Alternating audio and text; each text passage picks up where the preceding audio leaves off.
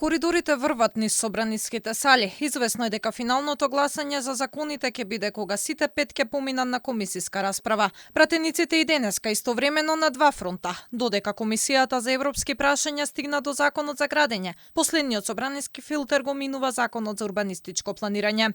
Опозицијата предупредува дека со овој закон ќе се дозволи градење без урбанистички планови. Главните забелешки се за начинот на кој се носат законите, а власта го кажува истото оправдување. Европското знаменце е за да се избегне блокада. Ваквите непромислени постапки, едно е што се прави штета на домашен терен, значи се нарушува законодавно правниот систем, се комплицира дополнително владењето на правото и ќе се создадат проблеми на институции, на локална самоуправа.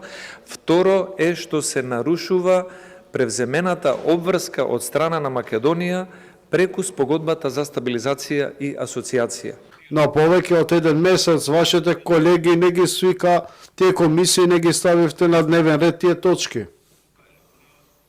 И се премина на друг начин кој што дозволува деловникот и се бара друга постапка.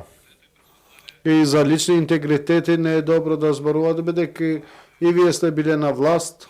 Препукувања меѓу власта и опозицијата во сличен тон во исто време можеа да се слушнат во соседната сала од оваа расправа. Комисијата за европски прашања втори последен ден расправаше за законот за градење, трет од пакетот. Иако опозицијата предупредува дека вака ќе може да се гради без одобрение за градба, власта и тука со слични оправдувања. Се е за побрза изградба на коридорите. Верувам дека сте го прочитале законот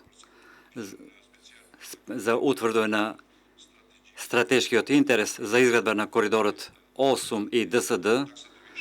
Таксативно се утврдува во членот 11 став 3 дека над 51% од работниците компанијата ќе ангажира од нашата земја. Значи истиот тој закон за кој што денеска тука ни образлагате дека треба да прочитаме од него, вие денеска го менувате. Со ништо не можете да ја покриете нетранспарентноста.